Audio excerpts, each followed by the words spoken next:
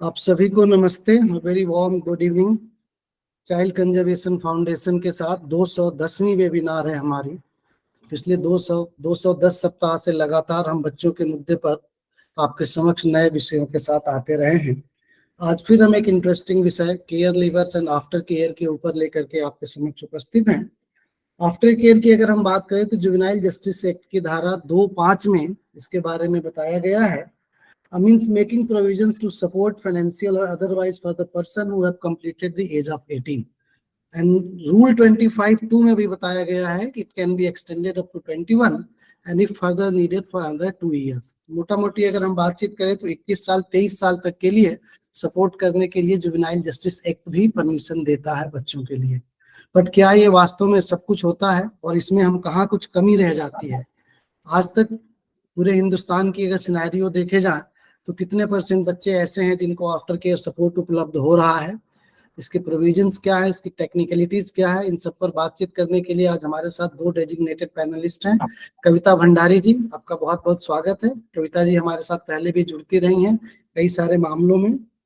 MBA, LLB and NTT consultant and resource professional for various government and non-government organizations, ex-member CARA subcommittee for training, ex-member West Delhi CWC, ex-member National Commission of Women for various activities।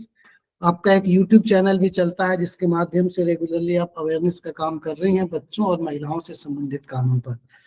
तो मैं आपको invite करता हूं कविता जी, आज का हमारा जो topic है उस पर अपनी बात रखने के लिए। Over to you ma'am. Thank you so much doctor Chaubey. सभी को नमस्ते। आवाज आ रही है? As always, it is a pleasure to get connected with you all on this platform. आज हमारे साथ गिरीश जुड़े हैं, अनीशा भी जुड़ी हैं जो क्लिक फोरम से हैं। गिरीश अपने एक्सपीरियंसेस हमारे साथ शेयर करेंगे, पर उससे पहले आफ्टर केयर से रिलेटेड क्या प्रोविजंस हमारे कानून में दिए गए हैं उन पर हम एक नजर डाल लेते हैं। तो मैं अपना प्रेजेंटेशन आपके साथ शेयर कर रही हूँ। सर जैसे ही आपको दिखाई दे आप थोड़ा सा मुझे okay, I'll inform you ji.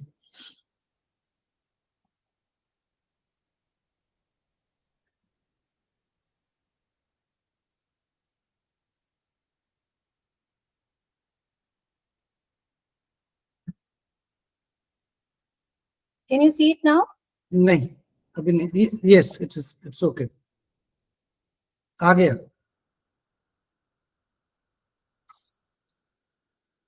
It's there, right? Yes।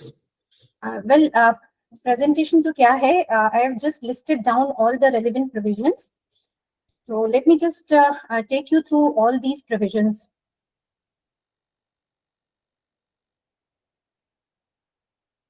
इसको मैं स्लाइड मोड पे नहीं डाल पा रही हूँ, बट आप ऐसे ही देख पाएंगे? विजिबल है, दिख रहा है। अच्छा ठीक है।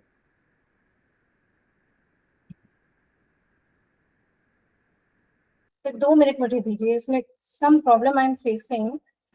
Can you fix this?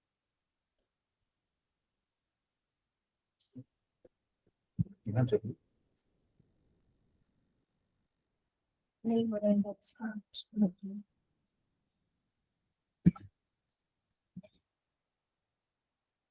एक बार स्टॉप प्रेजेंट करके फिर से करें।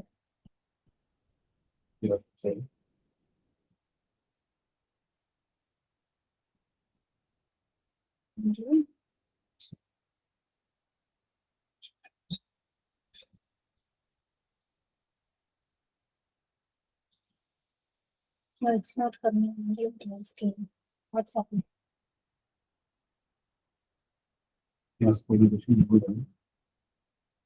अभी हो रहा है सर पूरी स्क्रीन पे? Can you see this? Yes, दिख रहा है, it's readable, you can go ahead। ठीक है, तो सबसे पहले तो जुवेनाइल जस्टिस एक्ट 2015 में जो डेफिनेशन वाला पार्ट है उसमें सेक्शन 2 के सबसेक्शन 5 में आफ्टर केयर को डिफाइन किया गया है। ये डेफिनेशन मैं एक बार फिर से आपके लिए पढ़ रही हूँ और इसके बाद देखेंगे कि इस परिभाषा में कौन सी 3 खास बातें हैं जिन पर हमें ध्यान देना है। After care means making provisions of support, financial और otherwise, to the persons who have completed the age of 18 years but have not completed the age of 21 years and have left any institutional care to join the mainstream of the society.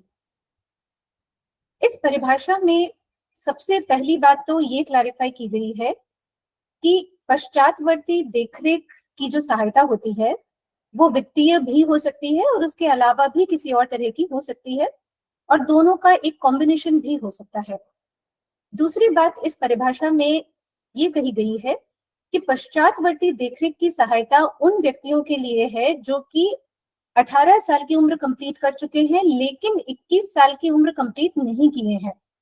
पर यहाँ पर हमें ये ध्यान देना होगा कि juvenile justice model rules और मिशन वात्सल्य स्कीम में इस बेनिफिट को एक्सटेंड कर दिया गया है और वहां ये कहा गया है कि एक्सेप्शनल केसेस में, जो ऐसे केसेस हैं, अपवाद हैं जहां बहुत ज्यादा जरूरत है, तो ये जो बेनिफिट है ये 21 साल के बाद भी दिया जा सकता है 2 और सालों तक, यानी 23 साल की उम्र तक। तीसरी बात डेफिनेशन में ये कही गई है कि पश्चातवर्ती देखरेख उन व्यक्तियों को मिलेगी जो इंस्टीट्यूशनल केयर में है, यानी संस्थागत संरक्षण में है और 18 साल कंप्लीट करने पर संस्था को छोड़कर जा रहे हैं। लेकिन यहाँ पर भी हमें ये ध्यान देना होगा कि हमारे पास जो फॉस्टर केयर को लेकर गाइडलाइंस हैं उनमें ये स्पष्ट कर दिया गया है कि अगर कोई बच्चा फॉस्टर केयर में रखा गया है, फॉस्टर फैमिली के साथ रह रहा है और 18 साल की उम्र कंप्लीट कर लेता है और उस पर फॉस्टर केयर अपने आप टर्मिनेट हो जाती है, तो इस व्यक्ति को भी आफ्टर केयर की फैसिलिटी अवेल करने का हक है। तो फॉस्टर केयर जो है वो तो नॉन इंस्टीट्यूशनल केयर है, गैर संस्थागत केयर है, अगर वो फॉस्टर फैमिली के साथ है, ग्रुप फॉस्टर केयर में नहीं है तो।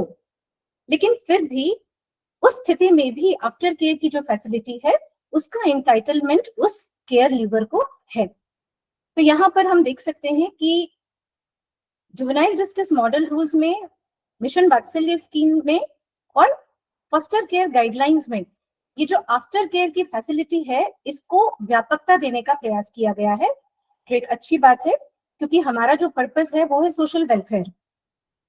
लेकिन प्रॉब्लम यहाँ पर ये है कि अगर कोई व्यक्ति उन पॉलिसीज को नहीं पढ़ता है, रूल्स को नहीं पढ़ता है, सिर्फ डेफिनेशन पढ़ता है, तो एक कंफ्यूजन क्रिएट होगा। उसे लगेगा कि ये जो फैसिलिटी है ये सिर्फ 21 साल की उम्र तक है और सिर्फ संस्थागत केयर को छोड़ने पर ही दी जा सकती है, जबकि ऐसा नहीं है। तो ये जो डेफिनेशन है ये अगर सिर्फ आइसोलेशन में पढ़ी जाएगी तो एक ये बहुत लिमिटेड अंडरस्टैंडिंग देगी आफ्टर केयर के बारे में। तो मुझे लगता है सबसे पहले तो इस डेफिनेशन को अमेंड करने का टाइम आ गया है। अभी आगे देखते हैं जो मेन प्रोविजन है सेक्शन 46, उसमें ये कहा गया है कि any child living a child care institution on completion of 18 years of age may be provided with support। अब यहाँ पर जो हाईलाइटेड पार्ट है वो आप देखिए, एनी चाइल्ड का मतलब यहाँ पर है चाहे बच्चा child in need of care and protection हो यानी सीएनसीपी हो, या बच्चा child in conflict with law हो यानी सीसीएल हो, that doesn't make any difference. चाहे बच्चा स्पेशल होम में रह रहा था या चिल्ड्रन होम में रह रहा था, अगर वो इंस्टीट्यूशन को छोड़कर जा रहा है तो दोनों ही तरह के जो बच्चे हैं उनको आफ्टर केयर की फैसिलिटी दी जा सकती है। अब ये फैसिलिटी कैसे दी जाएगी? This will be provided in the manner as may be prescribed. तो इसके लिए हमें रूल्स देखने होंगे। रूल्स में जैसे कि अभी चौबे सर ने कहा कि रूल 25 है हमारे पास, तो जुवेनाइल जस्टिस मॉडल रूल्स जो कि 2016 वाले रूल्स हैं उनमें 2022 में अमेंडमेंट लाए गए और इन अमेंडमेंट्स के थ्रू 3 क्लॉजेस यहाँ पर और ऐड किए गए। ये क्लॉजेस क्या हैं? 2A, 2B और 2C। तो इनमें क्या मेजर पॉइंट्स हैं ये हम एक बार देख लेते हैं। रूल 25 में सबसे पहली बात तो ये कही गई है that the state government through the district magistrate shall prepare a programme. तो आफ्टर केयर का प्रोग्राम बनाना स्टेट गवर्नमेंट के लिए मैंडेटरी है, ये कोई विकल्प नहीं है, ये अनिवार्यता है। दूसरी बात, डिस्ट्रिक्ट मजिस्ट्रेट को 2016 वाले जो प्रिंसिपल रूल्स थे उनमें मेंशन नहीं किया गया था, लेकिन अमेंडमेंट के थ्रू अब मेंशन किया गया है। क्यों? क्योंकि लोकल लेवल पर आफ्टर केयर प्रोग्राम को एग्जीक्यूट करने की जो जिम्मेदारी है वो लोकल एडमिनिस्ट्रेशन की ही है। दूसरी बात रूल 25 में ये कही गई है कि आफ्टर केयर का जो ऑर्डर है वो सीएनसीपी के केस में चाइल्ड वेलफेयर कमेटी इशू करेगी, और सीसीएल के केस में अगर जेजे बोर्ड हैंडल कर रहा है तो जेजे बोर्ड की तरफ से ऑर्डर इशू होगा, और अगर चिल्ड्रन कोर्ट के द्वारा केस हैंडल किया जा रहा है तो children court after care order issue करेगा। 2A, 2B और 2C में वो चीजें स्पेसिफाई की गई हैं जो कि डिस्ट्रिक्ट मजिस्ट्रेट द्वारा फैसिलिटेट की जा सकती हैं। तो इसमें आप देख सकते हैं कि अगर हायर एजुकेशन के लिए स्कॉलरशिप देनी है, या फिर कोई बिजनेस स्टार्ट करने के लिए लोन प्रोवाइड करना है, या किसी कॉमर्शियल या इंडस्ट्रियल एस्टैब्लिशमेंट में इंटर्नशिप ऑफर करनी है, या जॉब प्लेसमेंट का ऑफर है, तो इस तरह के जो अरेंजमेंट्स हैं उसकी जिम्मेदारी डिस्ट्रिक्ट मजिस्ट्रेट की है। और ये डीएम करेगा कैसे? इसके लिए या तो डीएम को गवर्नमेंट स्कीम्स को एक्सप्लोर करना पड़ेगा, या फिर जो प्राइवेट एंटिटीज हैं वहां पर जाकर के देखना पड़ेगा कि किस तरह की मदद मिल सकती है। एक बार जब अरेंजमेंट हो जाता है तो उस अरेंजमेंट को मॉनिटर करना भी डीएम की रिस्पॉन्सिबिलिटी है, ताकि किसी तरह की इलीगैलिटी ना हो, किसी भी लॉ का वायलेशन ना हो। और यहाँ पर ये कहा गया है कि डीएम इस पर्पस के लिए पुलिस की हेल्प ले सकता है, बाकी सभी स्टेक होल्डर की हेल्प ले सकता है। अब बात करते हैं बाकी स्टेक होल्डर्स के बारे में। तो सबसे पहले तो जो नोडल एजेंसी कह ले हम, वो है DCPU, district child protection unit. तो डीसीपीयू की ये जिम्मेदारी है कि जितनी भी ऑर्गेनाइजेशंस या इंस्टीट्यूशंस या इंडिविजुअल्स आफ्टर केयर देने में इंटरेस्टेड हैं, इच्छुक हैं, कैपेबल हैं, उनकी एक लिस्ट तैयार करें। और लिस्ट सिर्फ तैयार ही ना करे, वो लिस्ट फॉरवर्ड करनी है चाइल्ड वेलफेयर कमेटी को, जुवेनाइल जस्टिस बोर्ड को, चिल्ड्रन कोर्ट को और सभी सीसीआईज को। इसके बाद में ये कहा गया है कि केस वर्कर जो कि केस पर काम कर रहा है, अब वो चाहे प्रोबेशन ऑफिसर है या चाइल्ड वेलफेयर ऑफिसर है या सोशल वर्कर है, उस केस वर्कर की जिम्मेदारी है कि बच्चे के इंडिविजुअल केयर प्लान में पोस्ट रिलीज प्लान भी तैयार रखे। और ये प्लान सिर्फ बना करके रखना नहीं है, इसको टाइमली बोर्ड या कंसर्न कमिटी या कंसर्न कोर्ट के सामने पेश भी करना है, सबमिट करना है। और ये हो जाना चाहिए बच्चे की रिलीज से कम 2 महीने पहले, ताकि पूरी तैयारी की जा सके। एक बार जब ऑर्डर इशू हो जाता है तो उसके बाद में वो आफ्टर केयर इफेक्टिव हो रहा है या नहीं हो रहा है, बच्चे की प्रोग्रेस क्या है, I should say care leaver की प्रोग्रेस क्या है, उसको मॉनिटर करने की जिम्मेदारी फिर कंसर्न बोर्ड, कमिटी और चिल्ड्रन कोर्ट की भी है। इसके आगे रूल्स में ये कहा गया है कि केयर लीवर के जो असेंशियल एक्सपेंसेस हैं, यानी जो उसकी बेसिक नीड्स हैं, जो दिन प्रतिदिन के अनिवार्य खर्चे होते हैं, उसके लिए स्टेट गवर्नमेंट फंड्स की व्यवस्था करेगी, और ये फंड्स डायरेक्टली बच्चे के बैंक अकाउंट में ट्रांसफर होगा। इसके आगे रूल्स में एक लिस्ट दी गई है, और ये जो लिस्ट है ये इलस्ट्रेटिव लिस्ट है, ये एग्जॉस्टिव लिस्ट नहीं है। यहाँ पर कुछ एग्जाम्पल्स दिए गए हैं कि किस तरह की सर्विसेज एक केयर लीवर को प्रोवाइड की जा सकती हैं। तो इसमें आप देख सकते हैं, मैंने हाईलाइट किया है, कम्युनिटी ग्रुप हाउसिंग हो गई, या स्टाइपेंड है, स्कॉलरशिप है, स्किल ट्रेनिंग। स्लाइड मूव नहीं कर रही है, आप मैनुअली स्लाइड मूव करते जाइए। अभी आप देख पा रहे हैं? जी अभी ठीक है। तो पिछली स्लाइड्स अगर आप नहीं देख पाए तो मैं फिर से इसको रिपीट कर देती हूँ। मैंने आपको जो बताया जुवेनाइल जस्टिस एक्ट में डेफिनेशन, देन सेक्शन 46, उसके बाद में हमने डिस्कस किया रूल 25। रूल 25 में अभी हम चल रहे हैं, और अभी हम उसके रूल सब रूल 7 पर है। तो इसमें एक लिस्ट दी गई है, और यहाँ पर एग्जाम्पल्स दिए गए हैं कि किस तरह की सर्विसेज एक केयर लीवर को प्रोवाइड की जा सकती हैं। तो इसमें कम्युनिटी ग्रुप हाउसिंग है, स्टाइपेंड है अगर वो इंटर्नशिप कर रहा है या जॉब अगर कर रहा है तो वहां पर उसका जो सैलरी है, देन अगर वो कोई कोर्स कर रहा है आगे तो स्कॉलरशिप है, स्किल ट्रेनिंग है, जॉब प्लेसमेंट है, किसी क्राइसिस सिचुएशन में है, इमोशनल वेलबींग के लिए, मेंटल हेल्थ के लिए काउंसलिंग है, इसके अलावा क्रिएटिव आउटलेट्स हैं, लोन्स हैं, सब्सिडीज हैं, एक ओवरऑल एनकरेजमेंट की बात भी कही गई है। तो यहाँ पर अगर जेजे एक्ट का इंटरवेंशन है तो हॉलिस्टिक तरीके से हमें इसे देखना पड़ेगा। एक बच्चा जो अभी तक ऑल्टरनेटिव केयर में रह रहा था और अब वो वयस्क हो जाता है और अब समाज की मुख्य धारा से जुड़ने जा रहा है, तो किस तरह की जरूरतें उसकी हो सकती है। यहाँ पर जो हम सभी लोग उपस्थित हैं, हम उस स्टेज से निकले हुए हैं कि हम जब बच्चे थे और फिर वयस्क हुए, और आज तो वो स्टेज आ गई है कि हमारे अपने बच्चे भी वयस्क हो गए हैं। तो हमें पता है कि जो चाइल्डहुड से लेकर के एडल्टहुड का जो ट्रांजिशन है वो कितना डेलिकेट है। वहां पर हर छोटी बड़ी चीज के लिए सपोर्ट और गाइडेंस की जरूरत होती है। तो ये जो बच्चे हैं जिनकी फैमिली नहीं है, फैमिली सपोर्ट उनके पास नहीं है, और ये ऑल्टरनेटिव केयर से निकल रहे हैं, तो ये तो और ज्यादा वल्नरेबल हैं। तो किसी भी तरह का अगर इन्हें सपोर्ट चाहिए तो ऐसे में समाज और सरकार को अग्रसर होना होगा, और इनमें से कोई सी भी सर्विस उन्हें प्रोवाइड की जा सकती है। That depends on the individual care plan of that person. इसमें आफ्टर केयर प्लेसमेंट के ऑर्डर का एक फॉर्मेट दिया गया है जो कि फॉर्म 37 है, रूल्स के साथ संलग्न है। यहाँ पर मैं आपको यही कहूंगी कि रूल्स के साथ जितने भी फॉर्म्स दिए गए हैं वो एक्चुअली बेसिक फॉर्मेट्स हैं, वो एजेंसीज और अथॉरिटीज की सहूलियत के लिए दिए गए हैं।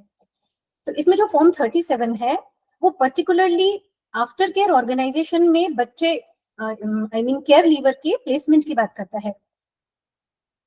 लेकिन अगर किसी केस में केयर लीवर की रिक्वायरमेंट कुछ और है, उसके पास हाउसिंग फैसिलिटी है लेकिन उसको फाइनेंस चाहिए या कोई और तरह की उसकी रिक्वायरमेंट है, तो वहां पर इसमें अकॉर्डिंगली चेंज किया जा सकता है। अगर कोई एक्स्ट्रा डिटेल्स देनी है या एडिशनल रिमार्क्स लिखने हैं तो वो भी किया जा सकता है। और ये जो रिकमेंडेशन है ये आएगी कहाँ से? ये आएगी केस वर्कर के द्वारा। जो भी वेलफेयर ऑफिसर या प्रोबेशन ऑफिसर केस पर काम कर रहा है उसकी अनुशंसा होगी और उसकी अनुशंसा पर विचारण किया जाएगा कमेटी के द्वारा या बोर्ड के द्वारा, और उसके बाद में ऑर्डर इशू होगा। जब ऑर्डर इशू होता है तो इस ऑर्डर की एक कॉपी डीसीपीयू को भेजना मैंडेटरी है, जरूरी है, क्योंकि इम्प्लीमेंटेशन तभी हो पाएगा जब वो कॉपी डीसीपीयू के पास जाएगी, क्योंकि आगे इसका फॉलोअप भी होना है। रादर मैं यहाँ पर ये कहूंगी कि जब भी कोई ऑर्डर इशू होता है कमेटी के द्वारा या बोर्ड के द्वारा तो उसकी कॉपी सभी कंसर्न पार्टीज को मिलनी चाहिए। तो अगर केयर लीवर यहाँ पर इंस्टीट्यूशनल केयर को छोड़कर जा रहा है तो एक कॉपी उसे भी मिलनी चाहिए। जिस इंस्टीट्यूशन को वो छोड़कर जा रहा है उस इंस्टीट्यूशन के इंचार्ज को भी कॉपी मिलनी चाहिए। अगर केयर लीवर को किसी आफ्टर केयर ऑर्गेनाइजेशन में एडमिट किया जा रहा है तो वहां पर भी एक कॉपी प्रेषित होनी चाहिए। सो जो भी कंसर्न पार्टीज हैं उनके पास ऑर्डर की कॉपी जरूर हो ताकि प्रॉपर इम्प्लीमेंटेशन हो पाए। जब हम प्रॉपर इम्प्लीमेंटेशन की बात करते हैं तो दूसरे जो रेलिवेंट प्रोविजंस हैं उनकी जानकारी भी हमारे लिए जरूरी है, क्योंकि कई ऐसे प्रोविजंस हैं जो थोड़े स्कैटर्ड हैं, अलग अलग जगह पर हैं, और उनमें से कुछ ध्यान से हट जाते हैं। तो जरूरी है कि हम उन सभी पर अपना ध्यान केंद्रित करें। तो यहाँ सबसे पहले जेजे एक्ट में और क्या प्रोविजंस हैं वो देख लेते हैं। तो सेक्शन 3 में जो फंडामेंटल प्रिंसिपल्स दिए गए हैं जेजे एक्ट के एडमिनिस्ट्रेशन के लिए वो सभी यहाँ पर रेलिवेंट है, वो आफ्टर केयर प्रोविजंस पर भी एप्लीकेबल होंगे। इसमें खास तौर पर एक प्रिंसिपल है, प्रिंसिपल ऑफ पॉजिटिव मेजर्स, सकारात्मक उपाय का सिद्धांत। ये मुझे काफी अच्छा लगता है। ये बहुत ही एक्चुअली पॉजिटिव चेंज ला सकता है। यहाँ पर कहा गया है all resources have to be mobilised including those of family and community for promoting the well-being, facilitating development of identity and providing an inclusive and enabling environment. Then आगे section 110 जो कि गवर्नमेंट्स को एम्पावर करता है rules बनाने के लिए, उसमें जिक्र किया गया है कि गवर्नमेंट के द्वारा एक one time lump sum financial support भी दिया जा सकता है और उसके रिगार्डिंग रूल तैयार किया जा सकता है। इसके आगे जेजे मॉडल रूल्स में देखते हैं कि क्या रेलेवेंट प्रोविजंस हैं। तो रूल 36 और 37 है, they are respectively about education and vocational training. इसके अलावा रूल 65 है जो रिहैबिलिटेशन कम प्लेसमेंट ऑफिसर के अपॉइंटमेंट की बात करता है, और खास बात यहाँ पर यह है कि रूल 36, रूल 37 एंड रूल 65 सीसीआईज पर एप्लीकेबल हैं। तो यहाँ पर रूल्स में इन प्रोविजंस के माध्यम से ये कहने की कोशिश की गई है कि जब बच्चा सीसीआई में है, इंस्टीट्यूशनल केयर में है, तभी उसकी तैयारी ऐसी होनी चाहिए कि जब वो 18 साल का हो जाए तो इंडिपेंडेंट लाइफ जीने के लायक हो।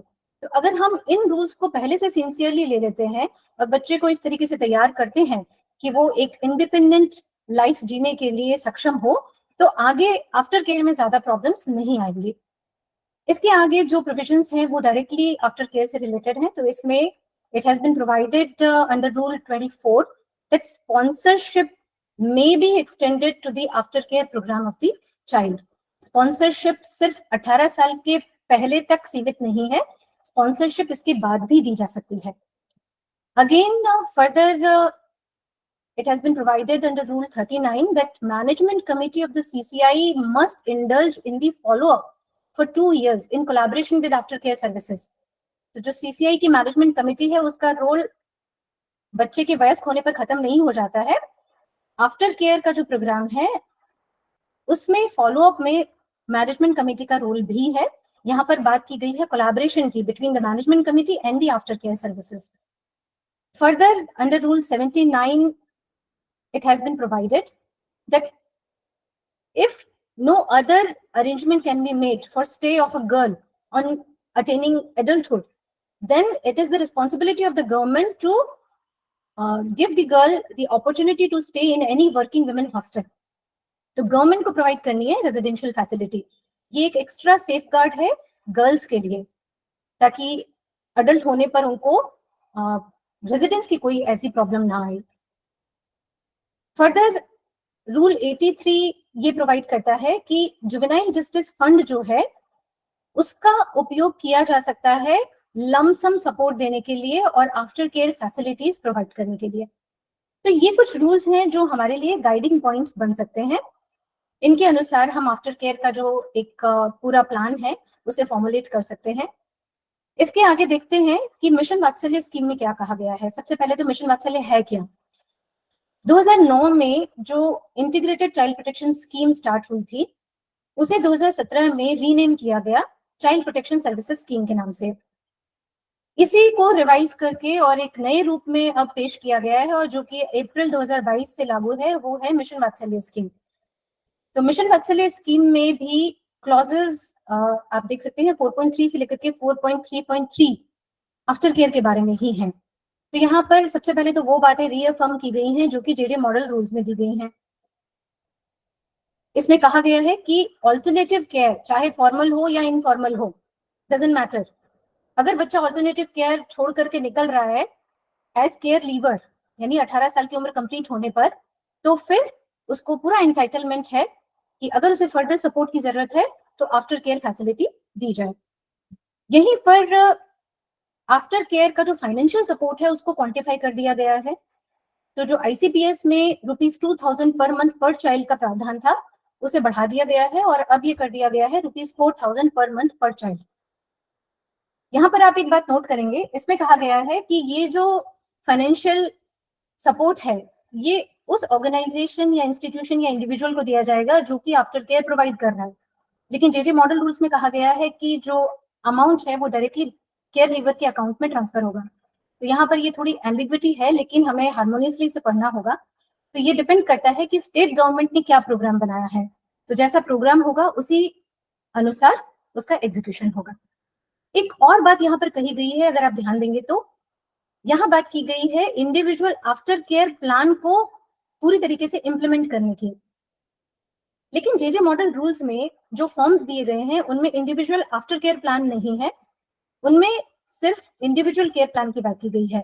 फॉर्म 7 में आईसीपी का फॉर्मेट दिया गया है और फॉर्म 14 में रिहैबिलिटेशन कार्ड का फॉर्मेट दिया गया है।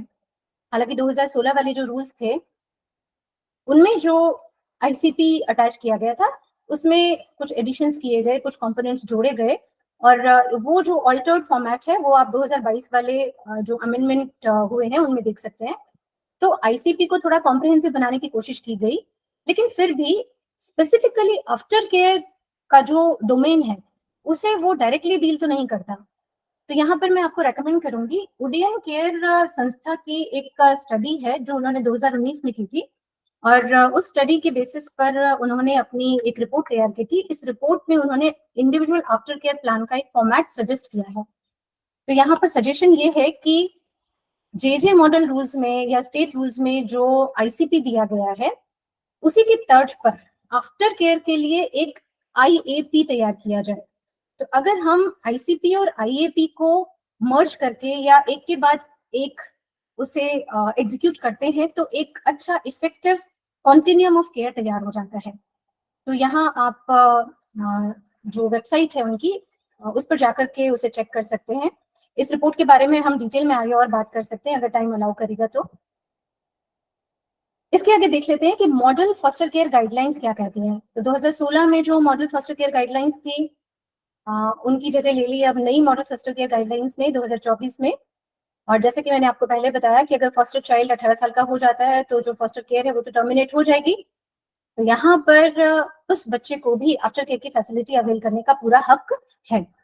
पर इस केस में डीसीपीओ को ये ध्यान देना होगा कि फॉस्टर केयर का अगर सपोर्ट अमाउंट दिया जा रहा था उस बच्चे के केस में तो वहां पर जो बैंक अकाउंट था वो बच्चे के नाम पर और फॉस्टर पेरेंट के नाम पर था। तो अब ये जो अकाउंट है ये सिर्फ बच्चे के नाम पर होगा, सिर्फ केयर लीवर के नाम पर होगा, ताकि अगर फाइनेंशियल सपोर्ट देना है तो डायरेक्टली वो उस केयर लीवर को मिल सके। फॉस्टर केयर गाइडलाइंस में डिस्ट्रिक्ट मजिस्ट्रेट के रोल को भी एम्फेसाइज किया गया है और यहाँ पर ये कहा गया है कि अगर आफ्टर केयर के केस में कोई भी पार्टी अग्रीव्ड है और किसी भी ऑर्डर को लेकर के उन्हें अपील करनी है तो अपील अगर कमिटी का ऑर्डर है तो डिस्ट्रिक्ट मजिस्ट्रेट के सामने पेश करनी होगी। तो यहाँ पर आप एक बार देख सकते हैं section 101 of the JJ act जो कि अपील के बारे में है।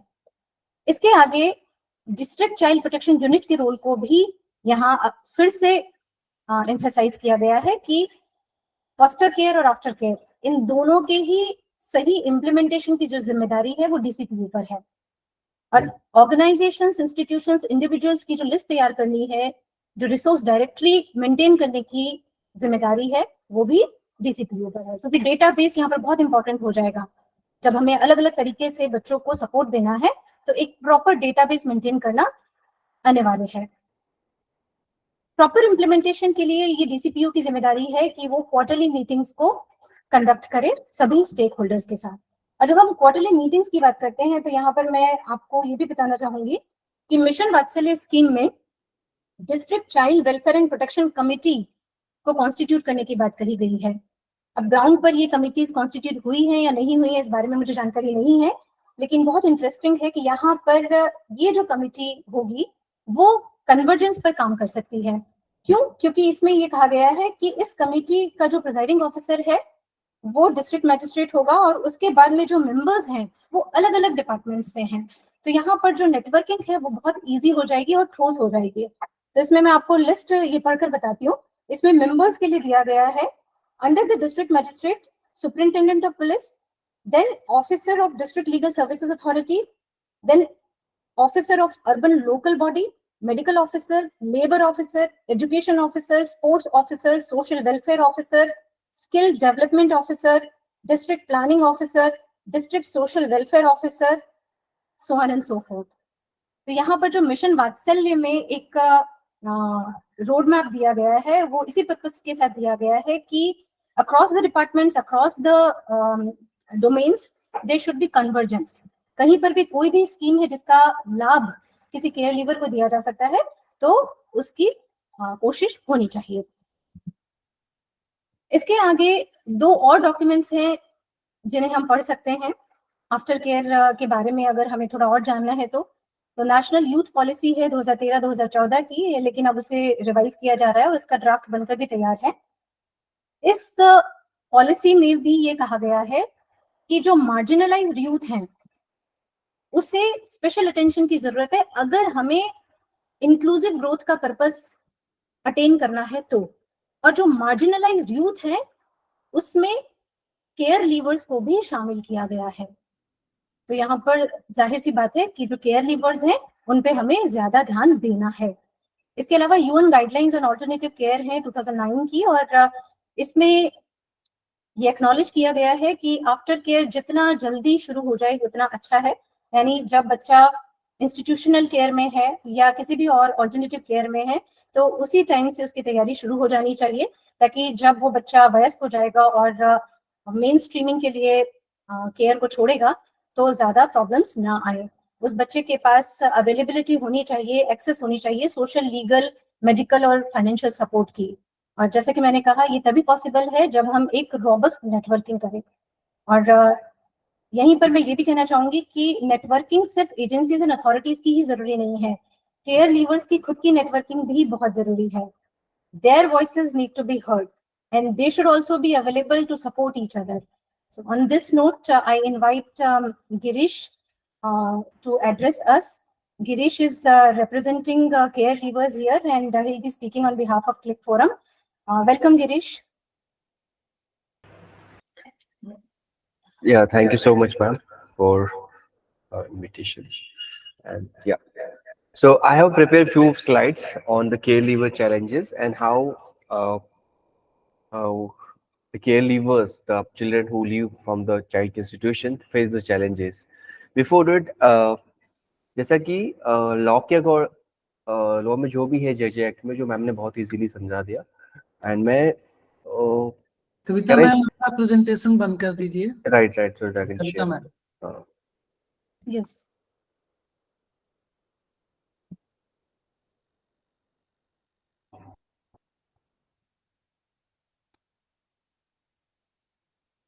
Now you can start this. Yes, it's okay. Girish, start.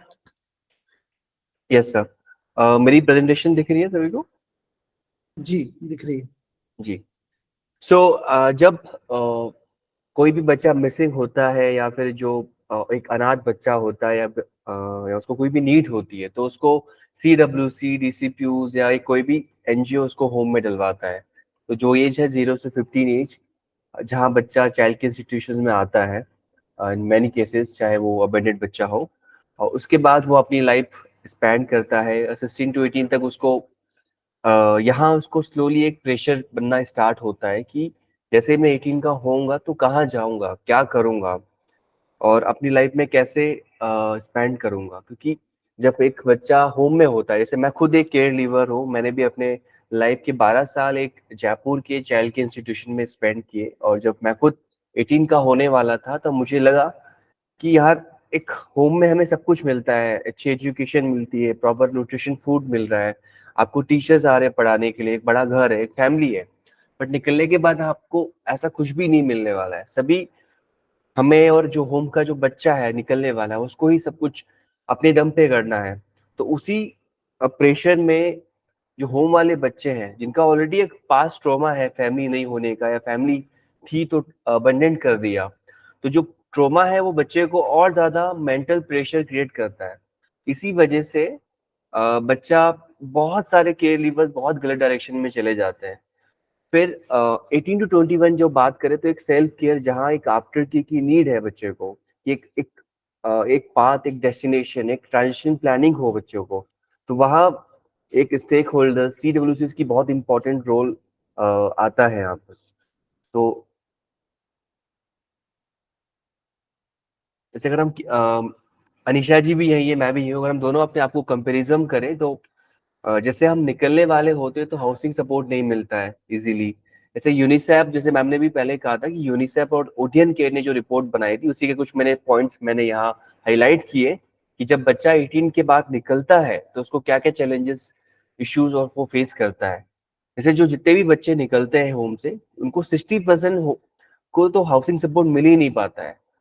Like कोई बच्चा अपने ही किसी स्कूल फ्रेंड के साथ रह रहा है, या जो होम में जो भैया रहते थे उनके साथ रह रहा है। और दूसरी जो चैलेंजिंग सबसे बड़ी है, आइडेंटिटी डॉक्यूमेंट। कई बच्चे ऐसे होते हैं जिनके पास आधार में अभी भी उनके होम का एड्रेस है। लाइक अगर मैं किसी होम में था तो मेरे उसके होम का एड्रेस है, आधार में नंबर भी मेरे होम के फाउंडर का है। तो अगर मैं कल जाके पासपोर्ट के लिए अप्लाई कर रहा हूँ, जब पुलिस वेरिफिकेशन के लिए मेरे होम में जाती है, तो पुलिस रिजेक्ट कर देती है, क्योंकि बोलते हैं कि आप तो रहते थे, अब आप रह नहीं रहे हो, तो आपको एक अलग डॉक्यूमेंटेशन की रिक्वायरमेंट रहेगी। तो उसके लिए आप रेंट एग्रीमेंट बनाओ, फिर आप आपके आधार में अपडेट कराओ। तो ऐसे 40% बच्चों को एक रेजिडेंट प्रूफ भी नहीं है, और इवन 54 बच्चों को वोटर आईडीज नहीं बने होते हैं, या पैन कार्ड नहीं है उनके पास। और थर्ड, अगर हम बात करें पुअर एजुकेशन, मोस्टली बच्चे या तो बहुत ही न्यूबॉर्न बेबी आते हैं जो बिल्कुल ऑर्फन होते हैं, या फिर कोई चाइल्ड लेबर केसेस का जिनका लाइक फैमिली नहीं था, या भाग के आ गए, या रन अवे बच्चे थे। तो वो बच्चे मोस्टली 5 to 8 या 10 ईयर के बीच में आते हैं। तो जैसे वो 18 तक होते हैं तो उनका एजुकेशन लाइक या तो 8 पास आउट है या 10 पास आउट है। बहुत बहुत कम नंबर ऐसा है जो बच्चे अपना एक एजुकेशन कर पाते हैं। और इसका मेन चैलेंज ये हो जाता है कि उनको अपना जो जॉब है या उनको जो एक अच्छी जॉब करनी होती है वो कर नहीं पाते। इस वजह से वो या तो अपने लेवल पे कोई लेबर वर्क कर रहे हैं या फिर किसी के साथ किसी होटल में एज ए वेटर काम कर रहे हैं या जैसे अपना लाइवलीहुड को चला रहे हैं। तो दैट्स द मेन चैलेंज, अगर एजुकेशन अगर पूरा नहीं है या फिर कंप्लीट नहीं है और निकलने के बाद ना एजुकेशन का भी सपोर्ट मिल नहीं पाता है, ये भी एक चैलेंज है बहुत बड़ा। एंड सोशल आइसोलेशन, इस रिपोर्ट में ये भी कहा कि 60% जो बच्चे हैं वो इमोशनल डिस्ट्रेस्ड है। इसका मेन रीजन से मैंने भी खुद फेस किया।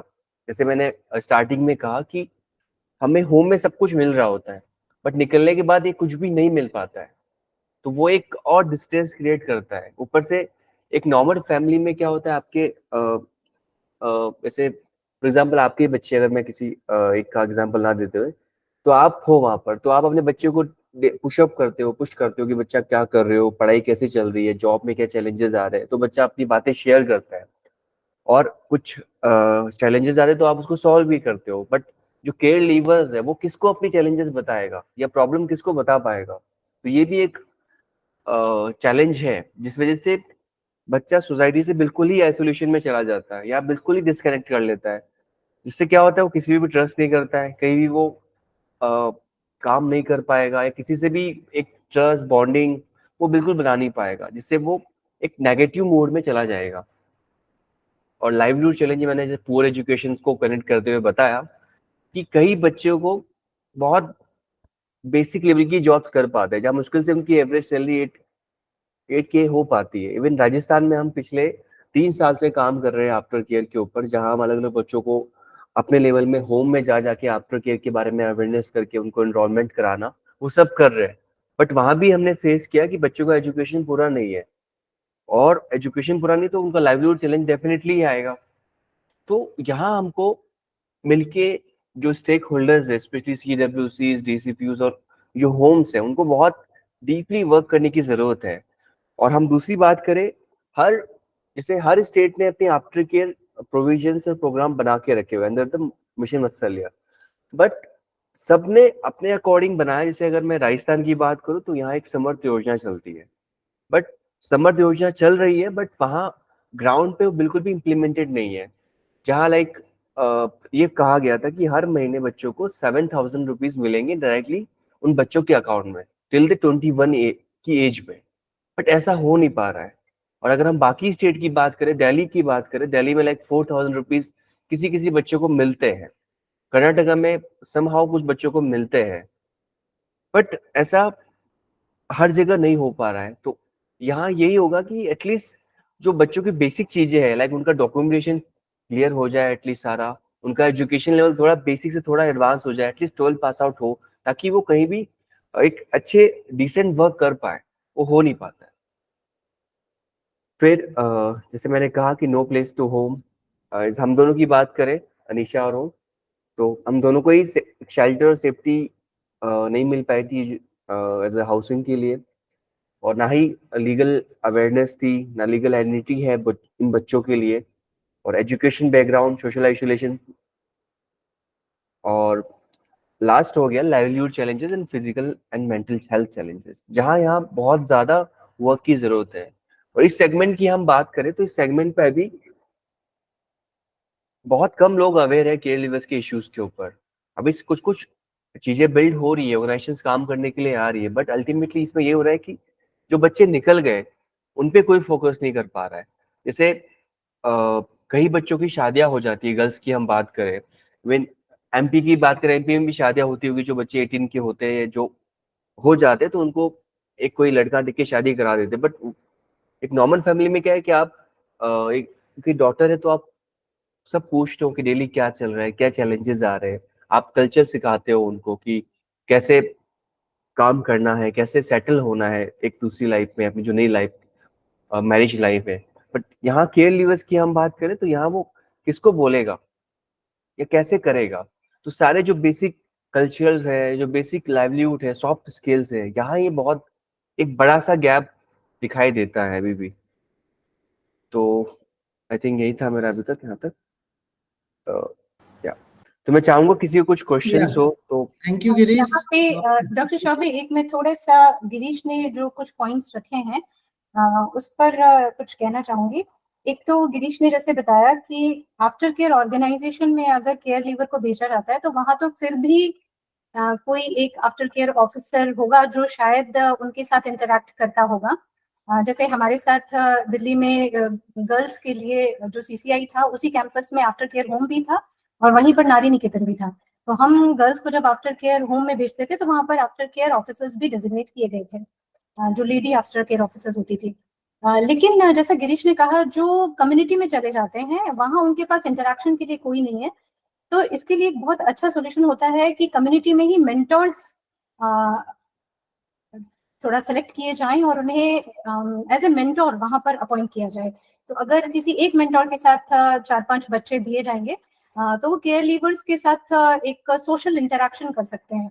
तो इसकी जरूर कोशिश हम सबको करनी चाहिए और इसके बारे में थोड़ी अवेयरनेस भी फैलानी चाहिए। और जैसे कि मैंने आपको कहा, डिस्ट्रिक्ट लेवल पर जो एक child welfare and protection committee के कॉन्स्टिट्यूट करने की संकल्पना की गई है मिशन वात्सल्य में, उसकी जिम्मेदारी ये बताई गई है कि वो पब्लिक में आफ्टर केयर को लेकर के अवेयरनेस भी फैलाएं, ताकि पब्लिक में जो एक पब्लिक स्पिरिटेड सिटीजन होता है जो हेल्प करना चाहता है वो आगे आकर के मेंटोरशिप यहाँ पर ले सकता है।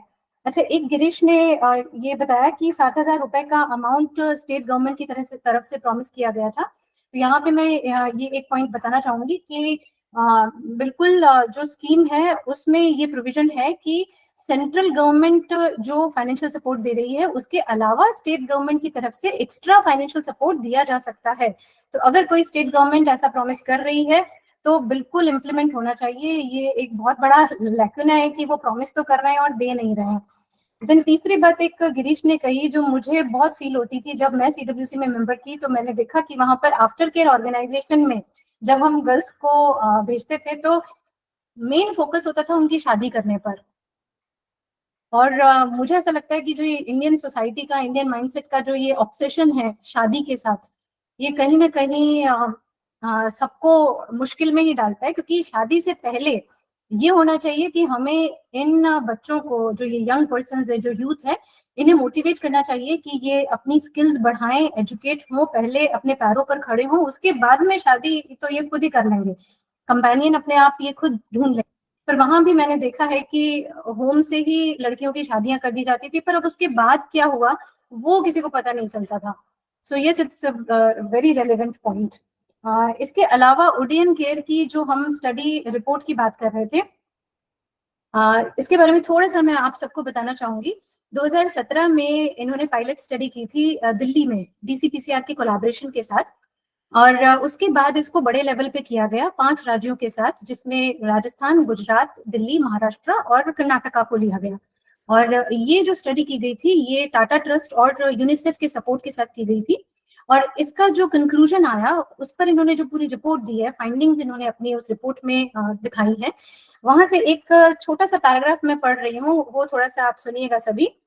It says, while policy and law clearly recognize the need for aftercare through a range of services, the lack of systematic preparation for aftercare, the paucity of resources, and very few aftercare organizations across districts result in a situation where very few of these services actually reach care leavers. तो हम planning कर रहे हैं, हम programmes बना रहे हैं, लेकिन केयर लीवर्स तक ये फैसिलिटी पहुंच रही है या नहीं पहुंच रही है, that's the most pertinent question. Thank you Kavita ma'am. कुछ पॉइंट्स मेरे भी हैं। एक तो जो आपने बोला मैरिज इंस्टीट्यूशंस, शादी बुरी नहीं है, हमें बच्चों को शादी के लायक प्रिपेयर करना है तो उसके बाद वो शादी कर लें। बट ओवरऑल सीइंग कि वो अपने आप में एक प्रॉब्लमेटिक कंडीशन है, आई डिसएग्री। जो कुछ पॉइंट्स गिरीश ने उठाए उसमें एक मध्य प्रदेश सरकार ने पिछले दिनों बहुत अच्छा काम किया है कि जो धारा 54 की कमेटी बनती है, आप सब लोग अवेयर होंगे, सीसीआईज का इंस्पेक्शन करने के लिए, उसके साथ एक 16 पॉइंट का और जोड़ा है जिसके अंदर उस बच्चों के सारे डॉक्यूमेंट्स चेक किए जाते हैं। आधार कार्ड, समग्र आईडी कार्ड, आयुष्मान कार्ड, अगर वो 18 का होने वाला है तो उसका पैन कार्ड, और अगर 18 का हो गया तो उसका वोटर आईडी कार्ड। इस तरीके से कुछ 12-13 डॉक्यूमेंट्स हैं जो हाई कोर्ट की कमेटी की रिकमेंडेशन के आधार पर सेक्शन 54 में जोड़े गए। क्योंकि मैं सेक्शन 54 का मेंबर हूं यहाँ पे, तो मैं पिछले 4-5-6 महीनों से लगातार इन डॉक्यूमेंट्स को वेरीफाई कर रहा हूँ जो संस्था में बच्चे रह रहे हैं। तो एक तो आपकी मैडम, एक मिनट बीच में ना बोले प्लीज। एक तो आपकी प्रॉब्लम जो है ये काफी हद तक सॉल्व हो जाएगी इसको लेकर के। एमपी गवर्नमेंट ने भी इसमें 2000 रुपये आफ्टर केयर का मिलता है। अगर उन बच्चों को नहीं मिल रहा तो मुझे लगता है इसमें स्टेक होल्डर, चाहे CWC हो या CWC से ज्यादा चाइल्ड वेलफेयर CCI के लोग हों, क्योंकि जो बच्चे 18+ बाहर निकलते हैं तो उस इंस्टीट्यूशन के टच में रहते ही हैं। तो अगर वो इंस्टीट्यूशन एफर्ट करेगी DCPU के थ्रू तो ये प्रॉब्लम सॉर्ट आउट हो सकती है, चाहे आपका राजस्थान की बात करें या किसी और स्टेट की बात करें। जी, तो सबसे पहले अनीसा ने हैंड रेज किया। अनीसा, आप अपनी बात करें, फिर डॉक्टर शीतल की तरफ हम चलेंगे। जी। Yes sir. सर मैं भी कविता मैम के जो कुछ पॉइंट्स थे उसी को ही आगे थोड़ा सा अपना एक्सपीरियंस उसमें ऐड करना चाहती हूँ। जैसे मैम ने भी बताया कि जो शादी वाला जो मुद्दा है गर्ल्स को लेकर, कि मतलब सोसाइटी काफी ऑब्जेक्शन है इस शादी वाली चीजों को लेकर, तो इसमें मैं ये कहना चाहती हूँ कि CCI के गर्ल्स के लिए तो ये बहुत ही ज्यादा कॉम्प्लिकेटेड हो जाता है, बिकॉज हम लोग को CCI में किसी माँ फिगर को देख के हम बड़े नहीं हो पाते कि जिससे हमें कल्चरल का और घर को मैनेज करने का हमें पता हो कि घर कैसे मैनेज किया जाता है, राइट। तो जैसे ही हम लोग एक फैमिली उसमें जाते हैं तो हमारी डिफिकल्टीज बढ़ जाती है रिलेशनशिप्स बनाने में। क्योंकि अगर मैं अपनी एक सिस्टर का एक्सपीरियंस शेयर करूं तो उसको अपनी जो क्या कहते हैं मदर इन लॉ है, उन्हें मदर इन लॉ बोलने में ही कितना टाइम लग गया, क्योंकि उसने कभी मदर वर्ड ही यूज नहीं किया था।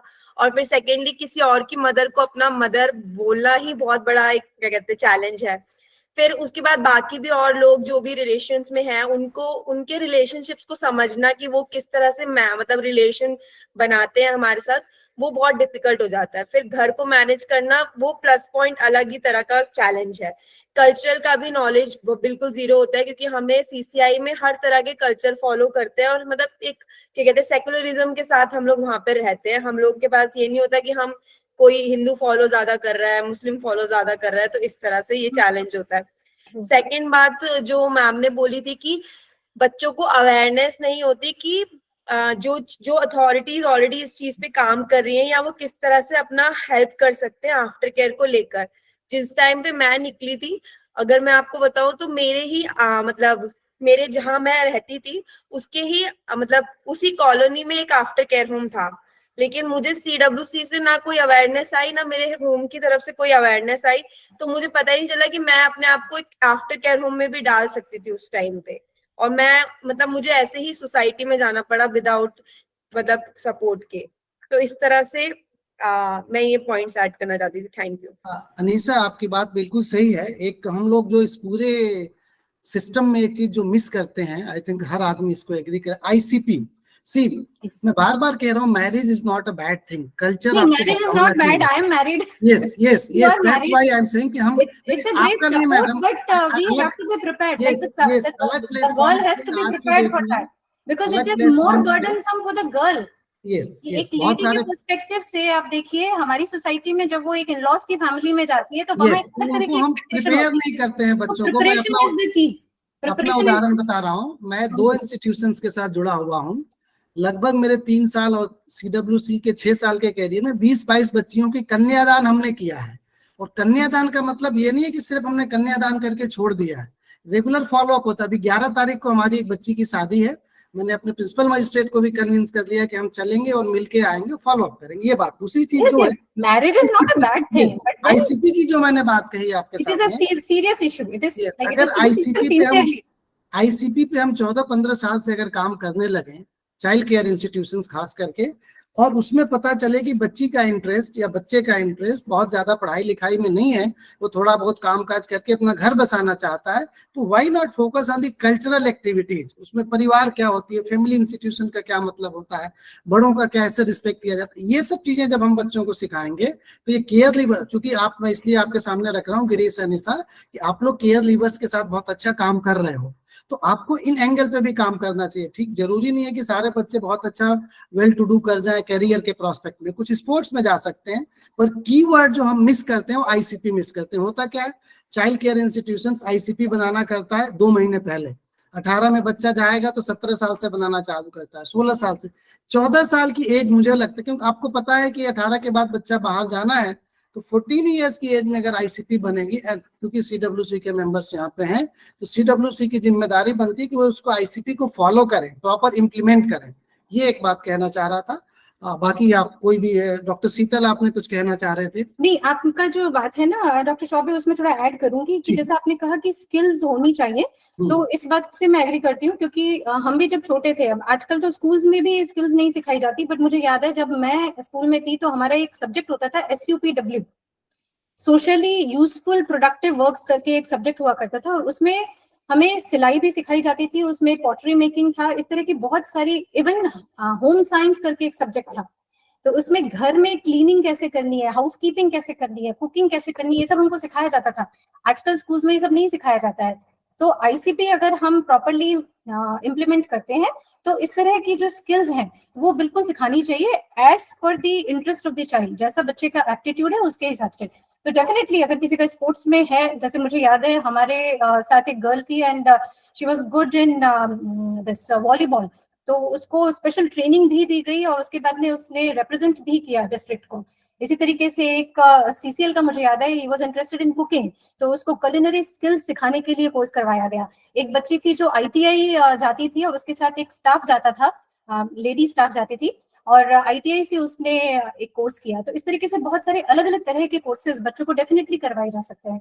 सो हाउसकीपिंग करके भी मुझे याद है, मैं जब शिलोंग में थी तो मेरे पास फेसबुक के थ्रू मैसेंजर से एक मैसेज आया था, और उसने मुझे बोला था कि हेलो मैम, आप मुझे पहचानते हो क्या, आप सीडब्ल्यूसी में मेंबर थे और आज मैं एक 5 स्टार होटल में हाउसकीपिंग का जो स्टाफ है उसमें काम करती हूँ, and I am very happy with my job. तो यस, बच्चे अलग अलग स्किल्स रखते हैं, तो अगर हम इंडिविजुअल केयर प्लान को थोड़ा सा फोकस में रखें और उस पर काम करें तो देन डेफिनेटली अलग अलग तरीके से उनको रिहेबिलिटेट किया जा सकता है। डॉक्टर शीतल आप कुछ कहना चाह रहे थे, बीच में अपनी बात रखिए। हाँ जी सर। मैं गिरीश सर से बात करूंगी, मेरा क्वेश्चन उनसे है, फिर आपके पास आऊंगी। गिरीश सर ने जैसे बोला ना कि जो बच्चे 17 प्लस होते हैं या अबाउट टू 18 की तरफ टर्न होते हैं, जैसे 12th क्लास में बच्चे हैं, तो सर आप ही की तरह मैं district inspection under section 54 district inspection committee की मेंबर हूँ, being a juvenile justice board member. तो हमारे जम्मू में 10 एनजीओ रन होम्स हैं। 10 एनजीओ रन होम्स में मैंने इंस्पेक्शन की, लेकिन एक 10वां एनजीओ रन होम था जिसमें 150 बच्चे हैं बिलो 18।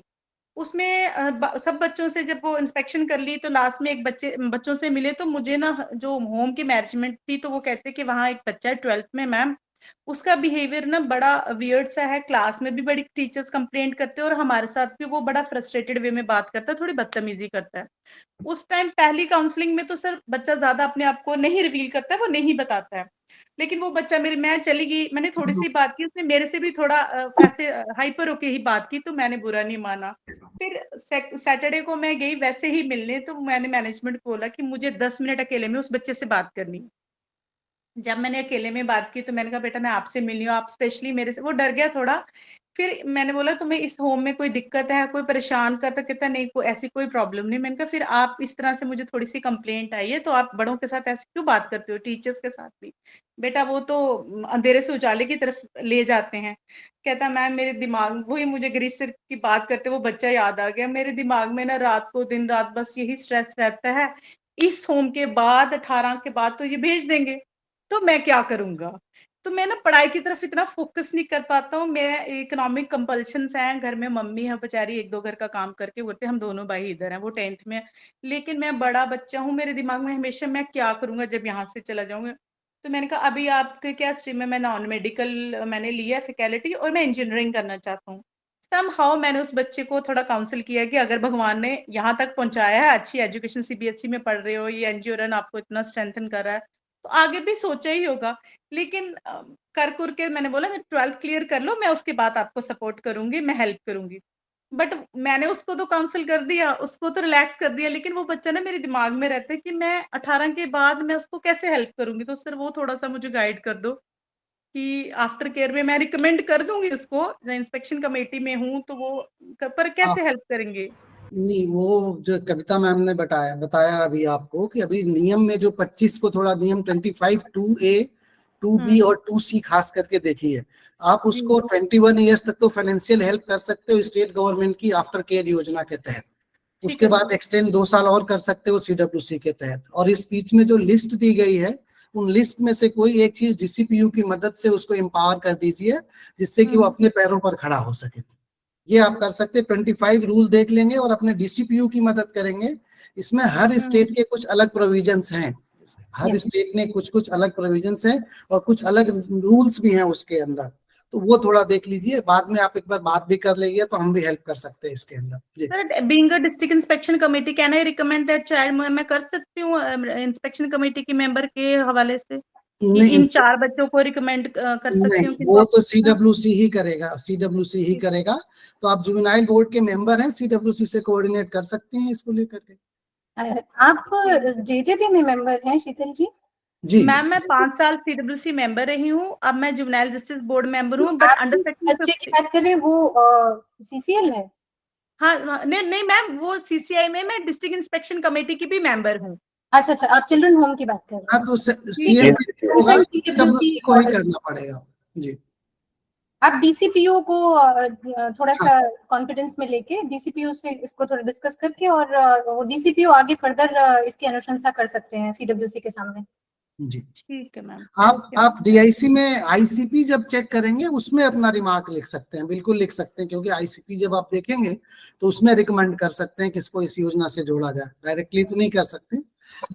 डॉक्टर लक्ष्मण त्रिपुरा से हैं, शॉर्ट में अपनी बात रखेंगे सर। ऑलरेडी हमारा टाइम कंप्लीट हो चुका है। डॉक्टर लक्ष्मण अपनी बात रखें। नमस्ते Kavita ma'am, Girish sir, Anisha madam. नमस्ते सर। आप सभी को जो चैलेंज का बारे में बताया तो उसके साथ मैं भी सहमत हूँ। लेकिन ये बात है, कोई बच्चा 18 साल से पहले उसका 14 साल हो गया, क्लास 8 पास किया, वो पढ़ना नहीं चाहता है, उसको रिहेबिलिटेशन करने के लिए sponsor, beyond the sponsorship scheme, is there any system or is there any scheme to establish him as an aftercare by giving some loan from the government, by giving some vocational training, skill training? Is there any provision? One thing. Another thing, the ICP and inspection format, there is a ICP inspection format. If it is followed very truly, very carefully, I think most of the problems will be solved. Another thing, there is a very strong lacking of the social interaction, social training of the home CCI children. So it is very necessary to give some social interaction, social training, even the students, if the children are living in the CCI. So how it is possible? They are doing education, they are doing to some extent sports, music in the home, but they don't come out generally from the CCI. So how they can we can interact the CCI inmates with the surroundings, social interaction, so they will be adopted after care. जैसे आप बताया था ना, marriage के लिए preparation है, तो marriage ceremony का कोई देखभाल करेगा तो उसका कोई एक्सपीरियंस होगा तो वो ऑटोमेटिकली उसका एडॉप्शन हो जाएगा। Madam please. Sir, first of all, so you asked about the skill training. So as I said earlier, the child can be trained in a skill of his choice in convergence with the National Skill Development Program. And for this, yes, the district magistrate can be approached. And then further, the skill development officer of the district can be approached. And as you yourself have given the solution that ICP has to be taken seriously. So the welfare officer who's working on the case must interact with the child. Even the help of a professional counselor can be taken so that they can know about the actual interest of the child. And then further they can work upon this. Inspection. Yeah, so. Shyamal Rao ji अपना प्रश्न रखें। Shyamal Rao ji. What was the second question? Sorry. You spoke about ICP and skill training, right? Madam, inspection तो 46 form है ना, वो भी अच्छा से देखभाल करना चाहिए। 46 सेकंड क्वेश्चन क्या था आपका? इंस्पेक्शन फॉर्म के बारे में आपका क्या? What is the question regarding inspection form? जो inspection form and ICP follow करेगा प्रॉब्लम चैलेंज बहुत कम होगा, ये हमारा बात था। इंस्पेक्शन फॉर्म का मैं क्वेश्चन नहीं समझ पा रही हूँ. नहीं, he's saying that if anybody is following properly the ICP and Yes, inspection yes, form, yes. We've already yes, discussed that. If you yeah, follow the the problem ICP will be properly, then your problem is solved. Half of the problem is solved. Yes. Definitely, challenges will be there. Hmm. Challenges will always be there, and that's why if we Always. are placing the care leaver in aftercare organization, one aftercare officer should be there to address these challenges. You know, along with the care leaver.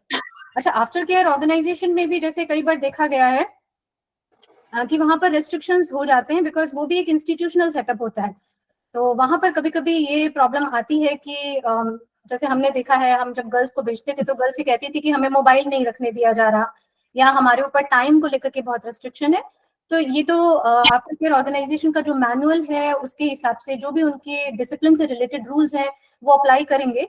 पर हाँ, अगर कोई इस तरह के friction आ रहे हैं तो वहाँ बैठ करके बात करके थोड़ा सा आपस में कंसेंसस बना करके एक वर्केबल सॉल्यूशन निकाला जा सकता है. Girish, you are in Jaipur? After care से रिलेटेड जो after individual after care plan है वो भी फॉलो होना चाहिए. Not only the ICP, IAP should also be Equally important. should also Yeah. be. Yes. So Girish, I'll link you with one gentleman in Jaipur. बहुत अच्छा काम कर रहे हैं, पुलिस में हैं. मे बी नेक्स्ट वीक हम उनको बुलाने वाले हैं. Most of the things will be taken care अगर हम साथ मिलके काम करेंगे तो. I link you. And Girish, Definitely. Yeah. I have one request. You must tell everybody about the letter which was issued by the WCD ministry on 27th of December 2023. आप share कर सकते हैं ma'am. I forward to everybody. हाँ. ठीक. गिरीश, आप ये letter जरूर आप सबके साथ मैं शेयर अभी गिरीश को करिएगा, हेलो कर दूंगा, आप शेयर कर दीजिएगा. क्योंकि मिनिस्ट्री ने आपको ऑथराइज किया है डेटाबेस के रिगार्डिंग. लेकिन मैंने जब अपने जानकार लोगों से बात की तो किसी को भी इस लेटर के बारे में जानकारी नहीं है.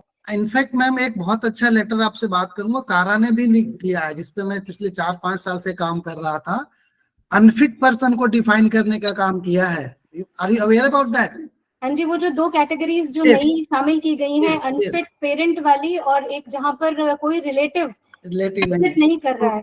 इस पे भी एक बार हम चर्चा करेंगे because it will have a long term effect on the care. Yes, इसमें आगे हो सकते हैं कुछ डिस्प्यूट्स भी आएंगे but I have been writing to ministry. I think मतलब 4 सालों से हम इस पर काम कर रहे थे कि इफ यू फिट पर्सन भी डिफाइन नहीं किया है, but if fit person can be there, unfit person should also be defined. Let's see. और अनफिट पेरेंट के साथ प्रॉब्लम ये है कि CWC को ऐसी कोई पावर है नहीं कि वो किसी पेरेंट को परमानेंटली अनफिट डिक्लेयर कर दे, बिकॉज अडॉप्शन जो है वो परमानेंट होता है in nature. So on that basis it is a debatable topic as of now. Yes. Shyamal Rao ji अपनी बात रखें. कविता मैडम, मैं ये कहना चाहूंगा कि हम लोग जो CCI के लिए तो हमने ICP और आफ्टर केयर और फास्टर केयर पे बहुत ज्यादा काम हो भी रहा है ना, काफी चल रहा है. उनके लिए क्या कहते प्रॉपरली हम JJB मेंबर होने के नाते मेरा प्रश्न ये है कि आपके नॉलेज में ऐसा कुछ आया है कि मतलब कि JJB में भी हम लोग प्रारूप 7 के अंतर्गत ICP बनाते हैं और प्रारूप 10 में उसका फॉलोअप करते हैं. तो उसमें हम लोगों ने आज तक मतलब ऐसे कोई इंडिया में ऐसा हुआ है कि उनको आफ्टर केयर या स्पॉन्सरशिप के लिए कोई योजना से जोड़ के उनको बहुत अच्छा काम किया हो? हाँ जी, JJB के पास पूरी पावर है. स्पॉन्सरशिप भी वो दे सकते हैं और आफ्टर केयर फैसिलिटी भी वो दे सकते हैं, क्योंकि जो सेक्शन 46 है वो सिर्फ कमिटी को पावर नहीं देता है, वो JJB को भी पावर देता है, वो चिल्ड्रन कोर्ट को भी पावर देता है. और अभी 2-3 दिन पहले ही मेरी बात हो रही थी, एक लीगल एड काउंसिल है दिल्ली में, और उन्होंने एक एप्लीकेशन लगाई थी एंड शी शेयर्ड कि उस केस में JJB ने स्पॉन्सरशिप ग्रांट की है एक बच्चे को जो कि CCL है और उसके साथ में उसकी सिस्टर है जो कि CNCP डिक्लेयर हुई थी. तो इन दोनों बच्चों को स्पॉन्सरशिप प्रोवाइड की गई है. तो मैं डिटेल्स पता करके आपके साथ शेयर कर सकती हूँ, या फिर मैं जो लॉयर है उनका नंबर आपके साथ शेयर कर दूंगी. You can speak directly. In fact Kavita ma'am, आप JJ एक्ट को देखेंगे तो मोस्ट ऑफ द सेक्शन में CWC और JJB और चिल्ड्रन को बहुत स्पेसिफिक 1-2 जगह है जहाँ पे JJB और CWC को सेपरेट किया है. आपके दिल्ली का ही केस था, हमारे यहाँ से बच्चे को हमने स्पॉन्सरशिप दिल्ली को रिकमेंड किया था और उन्होंने दिया है.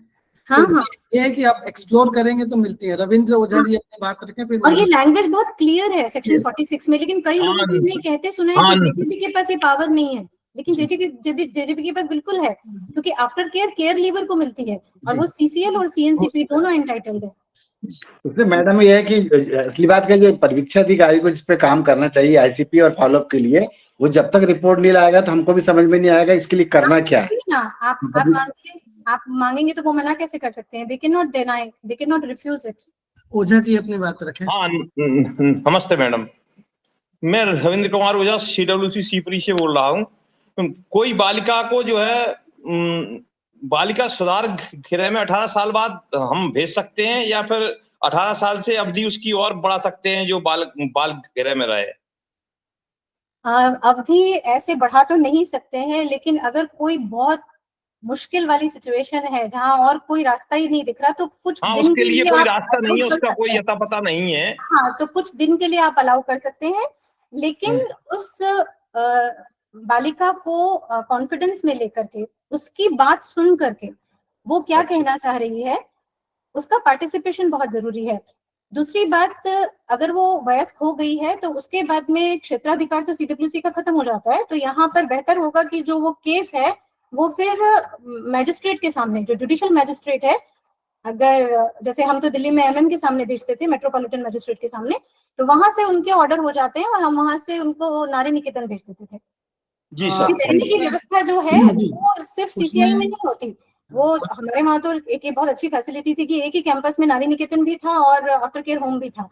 तो 18 का कंप्लीट होते ही अगर गर्ल्स के पास नहीं है कोई रेजिडेंस की फैसिलिटी, तो हम आफ्टर होम में रख देते थे, और उसके बाद में भी कोई प्रॉब्लम आ रही है, कैपेसिटी वहां पर अगर फुल हो गई है, तो फिर देन एमएम के ऑर्डर होते थे और नारी निकेतन में बच्ची को रेजिडेंस की फैसिलिटी मिल जाती थी। तो हम लोग बालिका सुधार गृह में नहीं भेज सकते हैं? अच्छा, ठीक, धन्यवाद। बालिका सुधार गृह में 18 से 1 डेज भी नहीं, अगर आपको इमरजेंसी है तो वहाँ पे वन स्टॉप सेंटर्स होंगे ना। आप सुधार गृह आप हाँ, वो तो JJB उसको- आप तो नहीं नहीं, CWC सुधार हाँ, गृह गलत बोल रहे हैं, फिट बालिका फैसिलिटी- गृह है। हाँ, बालिका गृह, हाँ, बालिका गृह जी। बालिका गृह नहीं, बालिका बालिका गृह में सुधार आप गृह अलग 2-3 होता है। दिन के लिए अलाउ कर सकते हैं, बट अल्टीमेटली आपको सही हाँ। स्टेप उठाना पड़ेगा। हाँ, जी जी जी जी सर, जी तो सर, धन्यवाद। लीगल जो भी एड मिली है, आप उन लॉयर के थ्रू, जो डीएलएस आपकी जो डिस्ट्रिक्ट लीगल सर्विसेज अथॉरिटी से जो लॉयर मिले हैं, उनको आप बोलिए, वो गर्ल की तरफ से एक एप्लीकेशन जी। लगा सकते हैं हाँ, मजिस्ट्रेट के जी, सामने, जी, ताकि जी, फर्दर जी। ऑर्डर इशू हो जाए। मंजू विधिक दीदी सहायता से। मंजू दीदी मैं मैनपुरी से बोल रही हूँ, CWC चेयरपर्सन बोल रही हूँ, उत्तर प्रदेश से। हमारे यहाँ भी सेम ऐसा ही एक केस है, CCI में है, एक बालिका जो 2008 बॉर्न है, और लगभग उसके पेरेंट्स के पास वो बिल्कुल भी नहीं जाना चाहती। हम लोगों ने काफी दिन उनके साथ काउंसलिंग की कि भाई किसी तरह से बच्ची अपने परिवार में आ जाए तो बेटर है, और जिससे वो अफेक्टेड थी बच्ची, वो जो है वो ऑलरेडी मैरिड है and he has 2 child, kids भी हैं उसके। पर हम आगे भी उसके लिए, अब इस तरह की बच्ची के लिए हमें आगे फ्यूचर में किस तरह का प्लान करना चाहिए? क्या वो आफ्टर केयर में हम लोग उस प्लान को बदल सकते हैं? एक्चुअली मैम, आप जैसे केसेस बता रहे हो, उस तरह के केसेस हमारे पास आते थे, तो उसमें जनरली वो लव अलॉपमेंट वाले केसेस होते थे, तो मैं अज्यूम कर रही हूँ ये भी उसी तरह का कुछ केस है। बिल्कुल मैम, उसी तरह का है। इसमें पॉक्सो में ट्रायल चल रहा होगा। तो जी, चलेगा हमारे सामने भी ये होता था कि इस तरह के केसेस में गर्ल्स रिफ्यूज कर देती हैं, वो घर नहीं जाना चाहती हैं, क्योंकि घर में भी उनको थोड़ा थ्रेटनिंग माहौल होता है, और अगर कई बार जाना भी चाहती हैं तो घर वाले नहीं लेके जाना चाहते हैं। और दूसरी तरफ क्योंकि पॉक्सो की प्रोसीडिंग स्टार्ट हो जाती है, तो जो बॉयफ्रेंड है जिसके साथ शादी कर ली है, उसके घर वाले भी फिर बाद में लेकर नहीं जाना चाहते हैं, तो ये बहुत ट्रिकी केसेस होते हैं। वैसे हमारे सामने जब इस तरह के केसेस थे, तो उसमें बहुत सारे केसेस में ऐसा हुआ कि गर्ल्स ने कहा कि हमें आप छोड़िए, हमें अपने बॉयफ्रेंड के साथ ही रहना है। तो वहां पर तो देखिए उनकी इंडिपेंडेंट एजेंसी है, इन द सेंस कि because these girls are adult now, so we can not force them to live in any institution against their will. तो उनकी वो तो क्या ठीक है। इच्छा है, उनकी क्या इच्छा है, वो पूछनी पड़ेगी, वो कहाँ नहीं जाना मैम, चाहते हैं। जैसे वो, मैं मान रही हूँ कि अगर उसकी इच्छा है कि मान लो वो वहां जाना चाहती है, but he is already married, तो फिर हम कैसे भेजेंगे? मैरिड है तो फिर इसका मतलब इनकी शादी तो फिर वैलिड ही नहीं है। ये तो मैं मान रही हूँ वैलिड नहीं, तो पर वो तो जैसे उसी के लिए प्रेफर कर रही है, डेफिनेटली करेगी, शी इज तो वेटिंग फॉर। मैम इसकी थोड़ी काउंसलिंग करवाइए, और इस काउंसलिंग में आप जो आपके लॉयर हैं उनको भी बैठाइए, जो CWC को लॉयर मिले हैं, जो बच्चे के लॉयर हैं, तो वो बच्ची को समझाएं कि इसके लीगल एंगल्स क्या हैं, क्या कॉम्प्लिकेशंस हैं, ताकि एक लीगल काउंसलिंग भी हो जाए, उसको समझ आए कि ये बात क्या है, क्योंकि कई बार इन बच्चियों को पता ही नहीं होता है कि उनकी जो शादी है वो वैलिड ही नहीं है। कविता मैम, इसमें एक एंगल लीगल और भी है। काउंसलिंग और उसकी जो दूसरी काउंसलिंग है अपनी साइकोलॉजिस्ट के साथ, वो भी हो जाए। एक इसमें एंगल और भी है, अगर पॉक्सो का है, बच्ची की उम्र कितनी है अभी जब उसका फर्स्ट कांटेक्ट हुआ था? अभी 2008 बॉर्न है सर। 16 साल की है। 15 साल की है। अगर 16 साल से दो बच्चे हो गए हैं तो पहली बार कांटेक्ट 15 नहीं, बच्चे तो हस्बैंड के हैं। हस्बैंड के। अच्छा। बच्चे उसके हस्बैंड के ऑलरेडी 2 हैं, ही इज ऑलरेडी मैरिड। नहीं, तो अगर उनका संबंध बना है 16 साल से पहले, तो पॉक्सो में 20 साल की सजा कम से कम होगी उस आदमी को। तो ये समझाइए कि वो जब बाहर ही नहीं रहेगा तो उसके साथ रहेगी कैसे वो? आपको लीगल एंगल्स भी समझाने angles हैं, और पे बात इसके लिए कर आप लॉयर की हेल्प लीजिए, जो DLSA के लॉयर हैं, लीगल सर्विसेज अथॉरिटी के लॉयर हैं, उनकी हेल्प लीजिए, उसकी आप काउंसलिंग करवाइए, ताकि उसको समझ आए कि ये पूरा मसला क्या है और कितना कॉम्प्लिकेटेड हो जाएगा उसके लिए। एंड एक्चुअली काउंसलिंग होती है तो समझते हैं वो, थोड़ा सा it takes a number of counsellings, a number of sessions, 1 2 3 4 counselling sessions लगेंगे, बट समझेंगी बात को। Thank you ma'am. Thank you very much Kavita madam. As usual आपका सेशन एक बार फिर थोड़ा लाइवली रहता है और Thank you. लंबा भी है। you. गिरीश को भी बहुत अच्छा लगा, आप लोगों की जो प्रॉब्लम्स आपने बताई उस पर हम भी कुछ काम करेंगे आपके साथ। तो आप सभी को बहुत बहुत धन्यवाद। अगले सप्ताह फिर मिलेंगे किसी अच्छे विषय के साथ। नमस्ते। नमस्ते सभी। नमस्ते sir, thank you everyone. Okay, thank you नमस्ते डॉक्टर।